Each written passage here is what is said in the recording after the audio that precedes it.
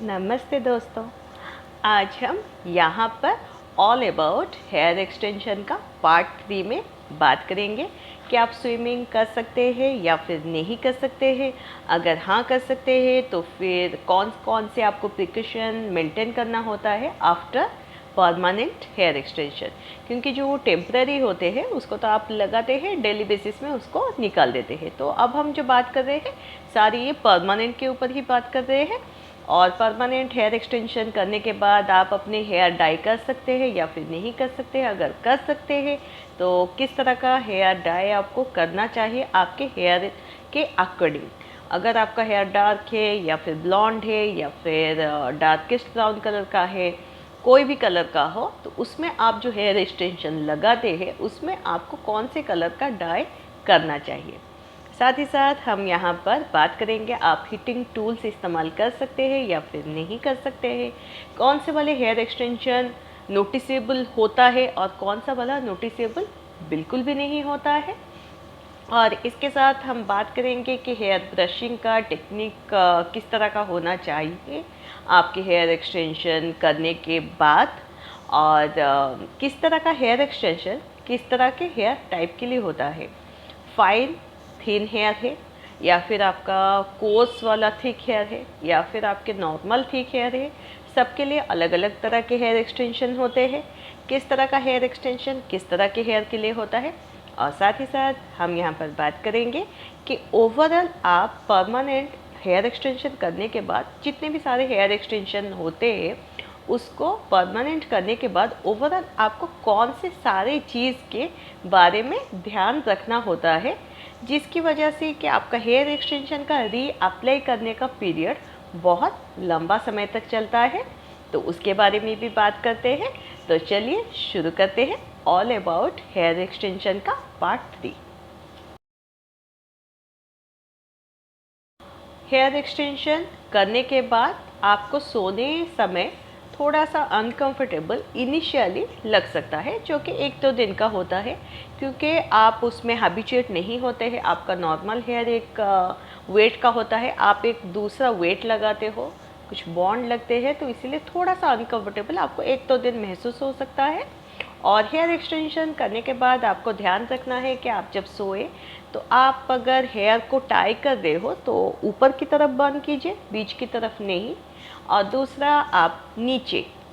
नीचे की तरफ जैसे ब्रेड बनाते हो, नॉर्मल लूज ब्रेड आप बना सकते हो, या फिर नॉर्मली आप एक बैंड से भी उसको टाई कर सकते हो। इस तरह से करके भी आप आराम से सो सकते हो, या फिर कोई भी स्लीपिंग कैप का भी इस्तेमाल करके आप आराम से सो सकते हो। स्विमिंग आप स्विमिंग पूल में कर रहे हो या फिर आप ओशन में कर रहे हो, ओशन में आपको सॉल्ट कंटेंट जो होता है वो ज़्यादा होता है, और जो स्विमिंग पूल में होता है वहाँ पर ब्लीचिंग क्लोरिंग इन सब का इस्तेमाल होता है, तो एसिड कंटेंट होता है। तो उसमें अगर आप बाल को गीला कर रहे हो तो इमीडिएट उसको ड्राई करो। दूसरा चीज़, आप ज़्यादा समय तक उसको गीला करके मत रखो, क्योंकि उसमें वो जो ब्लीचिंग वगैरह और जो सॉल्ट क्वांटिटी जो होता है आपके जो बीड का जहाँ पर बॉन्ड लगा हुआ होता है हेयर स्ट्रैंड का, उसको लूज़ कर सकता है या फिर निकाल सकता है। तो इसलिए आप अगर नहा रहे हो हेयर एक्सटेंशन करके तो अपने बालों को आप एक तो शावर कैप से आप टाई कर लो। अगर गीला करना चाह रहे हो तो इमीडिएट थोड़े समय के लिए गीला करके निकाल दो, फिर उसको ड्राई अप कर दो, या फिर आप ज़्यादा समय तक उसको गीला ना ही करो, तो ही ये लॉन्ग टाइम तक चलता रहता है।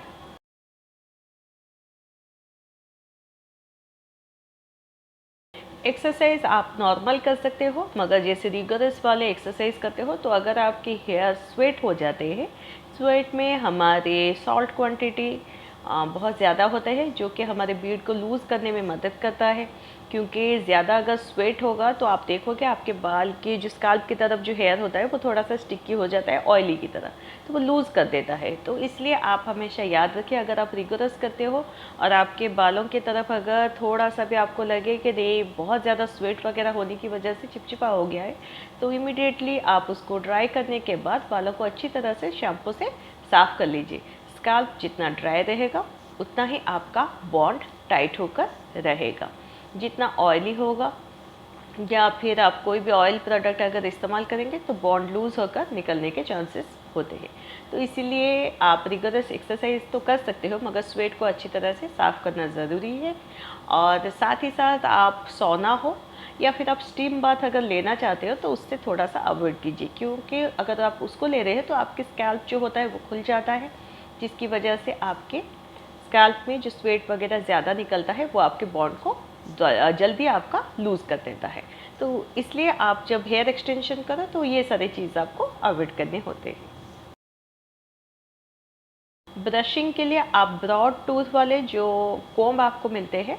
उसमें आप ब्रश कीजिए, और कोम्ब जब भी करें आपको लगे नीचे की तरफ अगर टैंगल वगैरह है तो नीचे से पहले उसको डिटैंगल कीजिए, फिर उसके बाद ऊपर से लीजिए, एक ही साथ ऊपर से लेकर उसको खींचिए मत, वरना आपके जो बॉन्ड है वो लूज़ हो सकते हैं या फिर खींच भी सकते हैं, जो कि आपके नेचुरल हेयर के साथ लगे हुए होते हैं, तो आपके नेचुरल हेयर को भी स्काल्प से खींच सकते हैं। तो इसीलिए आप ब्रॉड टूथ वाले और नीचे से डिटैंगल करके फिर ऊपर से नीचे तक उसको अच्छी तरह से कोम्ब कर सकते हैं।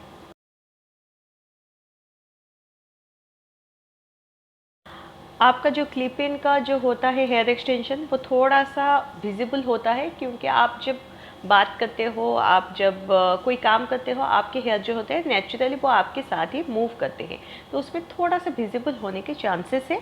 जो कि आपके नियर बाय, मतलब इस तरह से तो कैमरा में आप कैच नहीं कर सकते हो, मगर आप कोई फंक्शन वगैरह में जाते हो, किससे बात करते हो, तो वहाँ पर आपको विजिबल आपका सामने वाला बंदा कर सकता है, क्योंकि क्लिप होने की वजह से वो थोड़ा सा वो जगह बल्की होकर रहता है और थोड़ा सा विजिबल होने के चांसेस है। दूसरा है, अगर आप जो टेप इन वाले जो करते हो उसको अगर स्ट्रेट अगर आप फ्लैट करके डालते हो तो सही है, मगर कोई भी अगर डिज़ाइन वगैरह आप ऊपर की तरफ जैसे हाई पोनीटेल कोई डिज़ाइन हेयर स्टाइल करते हो तो उसमें भी नोटिसेबल होने के चांसेस है।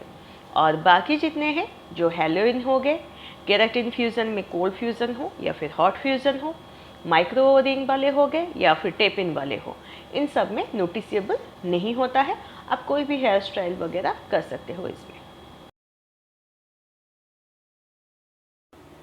कौन से वाले हेयर टाइप के लिए कौन सा वाला हेयर एक्सटेंशन करना है, उसकी अगर बात किया जाए तो फिर जो क्लिप इन वाले हेयर एक्सटेंशन है वो थिक या फिर नॉर्मल हेयर के लिए ही सही रहता है, थिन हेयर के लिए नहीं, क्योंकि अगर पतले वाले होंगे फाइन थिन हेयर जो है उसमें आपकी क्लिप जो है उतना हेयर जितना रहना चाहिए जिससे वो होल्ड कर सके उतना आएगा नहीं, और आप अगर उससे कर रहे हो तो वेट की वजह से, क्योंकि क्लिप रहता है तो वेट की वजह से आपका जो नेचुरल जो हेयर है उसको भी वो डैमेज कर सकता है और स्कैल्प से निकल सकता है। तो इसीलिए नॉर्मल या फिर थिक हेयर के लिए ही क्लिप इन हेयर एक्सटेंशन का इस्तेमाल करना चाहिए। अब दूसरा जो है हेलो हेयर एक्सटेंशन, वो दोनों तरह के, आपके हेयर थिन है या फिर थिक है, दोनों तरह के हेयर के लिए आप इसको इस्तेमाल कर सकते हैं।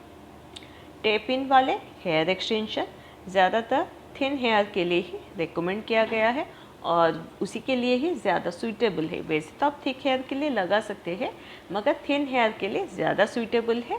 और ये आपके बालों को डैमेज नहीं करता है और बहुत अच्छे से आपका हेयर एक्सटेंशन इसमें लग के आपके हेयर को एक वॉल्यूम देता है। अब जो केराटिन फ्यूज़न वाले जो हेयर एक्सटेंशन है, जो कि ज़्यादातर आप देखोगे कि ब्यूटी पार्लर्स वगैरह में इसी को ही रिकमेंड किया जाता है जो हेयर स्टाइलिस्ट के द्वारा, और इसी को ही ज़्यादातर करवाया जाता है। और यही सारे पे आप देख सकते हो, बहुत सारे आप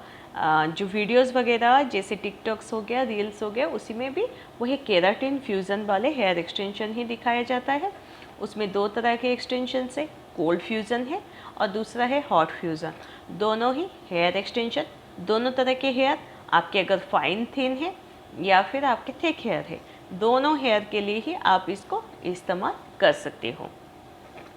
अब आ गया कि आप माइक्रो लिंक या फिर नैनो लिंक का हेयर एक्सटेंशन किसके लिए है, तो वो फाइन थिन हेयर के लिए बहुत सूटेबल है, बहुत अच्छे से वॉल्यूम देता है।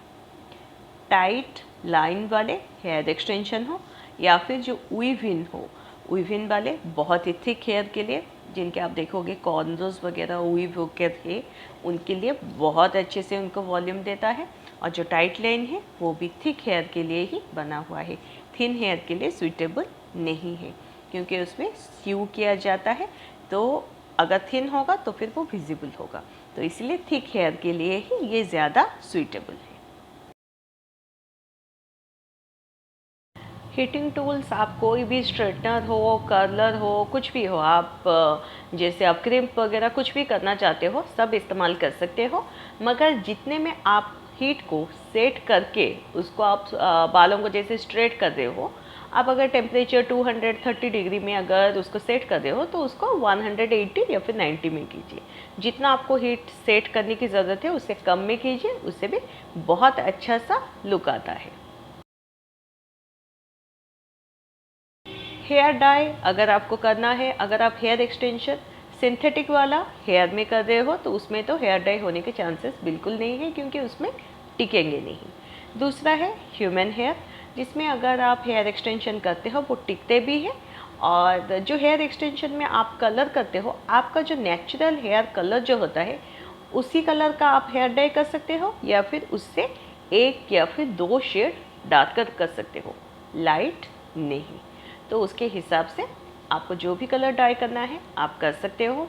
दूसरा, अगर आप लाइट कलर करना चाहते हो तो पहले आप अपने हेयर एक्सटेंशन को डाई करके फिर उसके बाद उसको अप्लाई कीजिए अपने हेयर पर। हेयर पर लगने के बाद अगर डाई कर रहे हो तो फिर या तो डार्कर कर सकते हो या फिर अपने हेयर कलर के अकॉर्डिंग ही कर सकते हो उसको डाई। अब जो ओवरऑल आपको हेयर एक्सटेंशन, जो परमानेंट हेयर एक्सटेंशन है, क्योंकि जो टेम्पररी है उसको तो आप लगाते हो निकाल देते हो, उसके बारे में मैं बात नहीं कर रही हूँ। जो परमानेंट हेयर एक्सटेंशन है उसको करने के बाद जो ओवरऑल चीज़ आपको ध्यान में रखना है, जिसकी वजह से आपको रीअप्लाई करने का जो हफ्ता है वो ज़्यादा दिन तक रहता है बहुत अच्छे से, तो वो ओवरऑल है कि आपको सल्फेट फ्री वाले, जो SLS फ्री वाले आपको शैम्पू इस्तेमाल करना है। क्योंकि जो सल्फेट होता है आपका जो बॉन्ड जहाँ पर लगा हुआ होता है आपका बीड्स, उसको वो लूज़ कर सकता है। उसी तरह से आपको कंडीशनर भी नो या फिर लेस पैराबेन वाले ही इस्तेमाल करने चाहिए, वरना वो भी आपके जहाँ पर बीड लगे हुए होते हैं हेयर स्ट्रैंड, वो भी आपके लूज़ कर सकते हैं। आप हेयर एक्सटेंशन करने के बाद इमीडिएट अपने बालों को साफ़ नहीं कर सकते हैं, उसको 2 से 3 दिन आपको गैप देना पड़ता है ताकि वो अच्छे से सेट हो सके, फिर उसके बाद आप बालों को वॉश कर सकते हैं। और साथ ही साथ आपको अगर ऑयलिंग करना है तो फिर आप बालों को हाफ लेंथ से नीचे की तरफ या फिर आधे लेंथ से नीचे की तरफ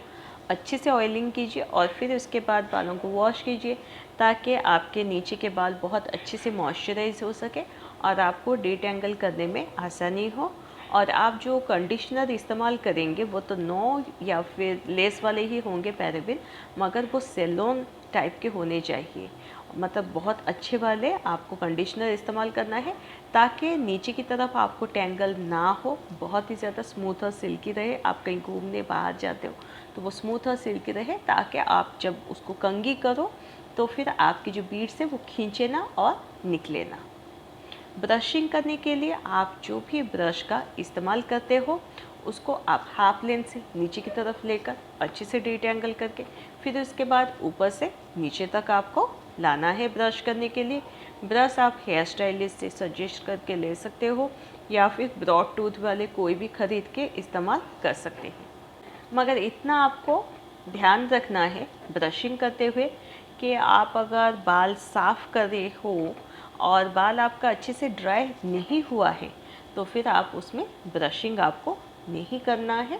क्योंकि उससे आपके जो बाल है वो आपके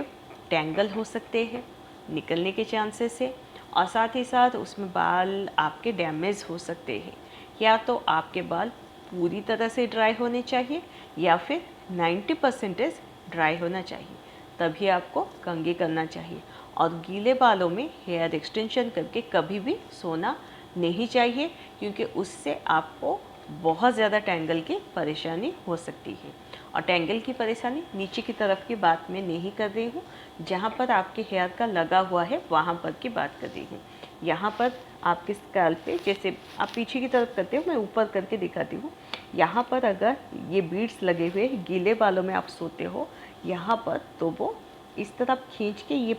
जो पास के बाल है जो स्कैल्प की तरफ जहाँ पर लगा हुआ है वहाँ पर हो जाते हैं और जिसको निकालना बहुत ही ज़्यादा मुश्किल है, मतलब आप अच्छे से उसको निकाल नहीं सकते हो। और जब आप बीड निकालने के लिए जाओ तब वहाँ पर बहुत ही ज़्यादा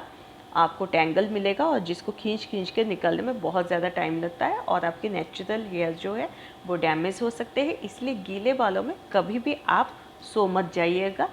अपने बालों को, मतलब फ्लैट होकर, तो उससे आपके बाल डैमेज होने के चांसेस हैं। और आपको हर 1-2 महीने में सैलून विज़िट करना पड़ेगा हेयर एक्सटेंशन करने के बाद, ताकि आपके, ये डिपेंड करता है आपका हेयर कितनी जल्दी ग्रो करता है। अगर आपका हेयर बहुत जल्दी ग्रो करता है, बीड जो होता है, कोई भी बीड हो, कोई भी हेयर एक्सटेंशन हो, वो आपके स्कैल्प के पूरा पास लगाया जाता है। जैसे ही आपका हेयर ग्रो करता है तो आपका हेयर एक्सटेंशन जैसे ही इनग्रो होने की वजह से आपके नेचुरल हेयर बीड नीचे आ गया तो फिर आपके बालों के ऊपर खिंचाव पड़ेगा और नीचे की तरफ निकलने के चांसेस ज़्यादा रहते हैं। इसीलिए जितने भी हेयर एक्सटेंशन है उसको कराने के 1-2 महीने बाद, हर 1-2 महीने में आपको सैलून विज़िट करना पड़ेगा, ताकि वो फिर से बीड्स को निकाल सके और फिर से उसको स्कैल्प के पास से फिर से उसको लगा सके। उसके लिए आपको विज़िट करना पड़ेगा, क्योंकि आपके हेयर जितना ही ग्रो होगा तो बीड उतना ही नीचे चला जाएगा। तो 1 महीने 2 महीने के बाद उसको फिर से निकालेंगे और फिर से स्कैल्प के पास ही उसको लगा देंगे। आप कोई भी सिलिकॉन बेस वाले जो सीरम है और जो ऑयल प्रोडक्ट्स है वो कभी भी आपके जो जहाँ पर बीड्स लगे हैं उसके पास नहीं लगाना चाहिए। उससे आपके बीड्स लूज़ होकर स्ट्रैंड निकल सकते हैं। और कोई भी हेयर वॉल्यूमाइजिंग प्रोडक्ट नहीं लगाना चाहिए, क्योंकि आपने हेयर एक्सटेंशन इसीलिए ही किया है कि आपके हेयर को वॉल्यूम मिल सके। तो इसलिए आपको कोई भी हेयर वॉल्यूमाइजिंग प्रोडक्ट नहीं लगाना है, क्योंकि वो आप स्कैल्प पर अगर लगाओगे तो फिर उसका बिल्डअप बन जाएगा, वो अच्छी तरह से निकलेगा नहीं और आपकी जो बीड है उसका जो बॉन्ड है उसको लूज़ भी कर सकता है। तो इसकी वजह से आपको नहीं करना है। और एक चीज़ है कि हेयर एक्सटेंशन जब भी आप करो, हफ्ते में आपको 2 बार मिनिमम, 2 से 3 दिन में एक बार हो गया तो हफ्ते में 2 बार मिनिमम आपके बालों को अच्छे से शैम्पू और कंडीशनर से वॉश करना चाहिए, जैसे कि आपके सेबम सिक्रेशन होकर आपके स्कैल्प को ऑयली ना करते। अगर ऑयली होगा, बाल ऑयली होगी, चिपचिपे होंगे, तो फिर आपके बीड को भी लूज़ कर सकते हैं। तो आपका स्कैल्प हमेशा ड्राई और साफ़ रहना चाहिए।